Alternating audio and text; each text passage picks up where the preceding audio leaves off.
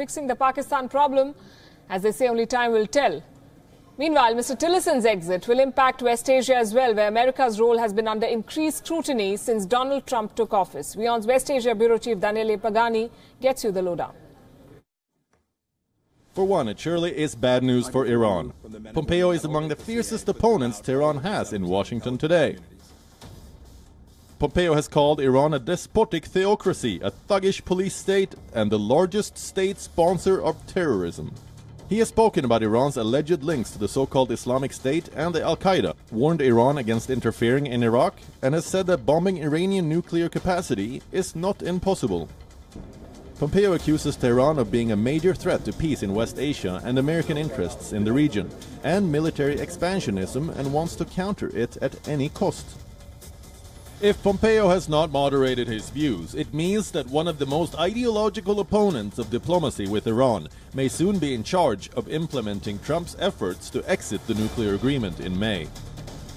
Unlike Rex Tillerson, Mike Pompeo is a fierce opponent of the Obama-era nuclear deal. He would want to roll it back, a view his boss Donald Trump shares, and which might have cost Tillerson his job at the State Department. Rex and I have been talking about this for a long time. We got along actually quite well, but we disagreed on things. When you look at the Iran deal, I think it's terrible. I guess he thought it was okay. I wanted to either break it or do something, and he felt a little bit differently. So we were not really thinking the same. With Mike Pompeo, we have a very similar thought process. I think it's going to go very well. Iran's Foreign Minister Javad Zarif has warned the US against pulling out of the nuclear deal. We need to liberate OIC from political domination by those who are not interested in the goals of the OIC, in the original goals of the OIC. The United States is in no position to either violate the deal or to set conditions for it. The Lebanese militia party Hezbollah, too, is in Pompeo's crosshairs. Pompeo considers them an Iranian proxy, posing exactly the same threat to the region. President Bashar al-Assad of Syria, too, won't find a friend in the US new Secretary of State. Pompeo is a fierce opponent of Assad's presidency and the Russian and Iranian interventions in Syria.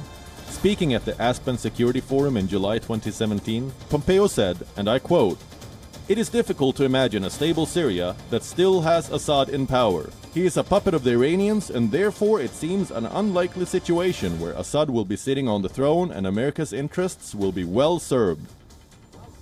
Relations between the US and NATO ally Turkey are at their lowest, and Tillerson's sacking comes in the middle of an unfinished delicate negotiation with Turkey.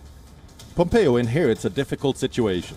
He will need to take a stand on the Turkish aggression against US-allied Kurdish fighters and address Turkey's requests for extraditing Fethullah Gulen, the man Erdogan considers the mastermind of the failed coup d'etat in 2016. In a tweet he later deleted, Pompeo defined Erdogan's government an Islamist totalitarian dictatorship. Little will change for Iraq. Pompeo is expected to follow the plans of a conditions-based military presence and a strenuous intelligence cooperations with Baghdad. The same goes for Jordan, a traditional US ally in the region. The Gulf countries will find in Pompeo, as they did in Tillerson, a stable ally. Particularly, Saudi Arabia shares the same views on Syria, Iran and Hezbollah. Israel might be the happiest of all West Asian countries. Rex Tillerson was a friendly Secretary of State, but Tel Aviv considered his attitude to be too neutral. Tillerson got into his Washington job without previous connections to the Israeli establishment. He had little or no role in putting together the much-awaited Trump-West Asia peace proposal.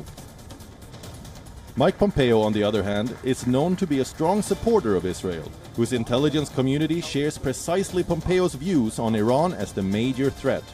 Israel's intelligence minister, Israel Katz, took to Twitter to express his satisfaction. Pompeo visited Israel in 2015 and 2016 and praised Israel's resilience. The soon-to-be Secretary of State of the United States of America, Mike Pompeo, does not inherit an easy situation here in West Asia. After 7 years of war in Syria, the United States are not sitting on the winning side, whereas Iran, Mike Pompeo's greatest enemy, is. It will not be easy for Mike Pompeo to decide how to counterweight the Iranian influence over the region. despite having powerful allies like Israel and Saudi Arabia. But the first challenge ahead is Turkey. How to go about the relation between the United States and Turkey, which is currently at its lowest.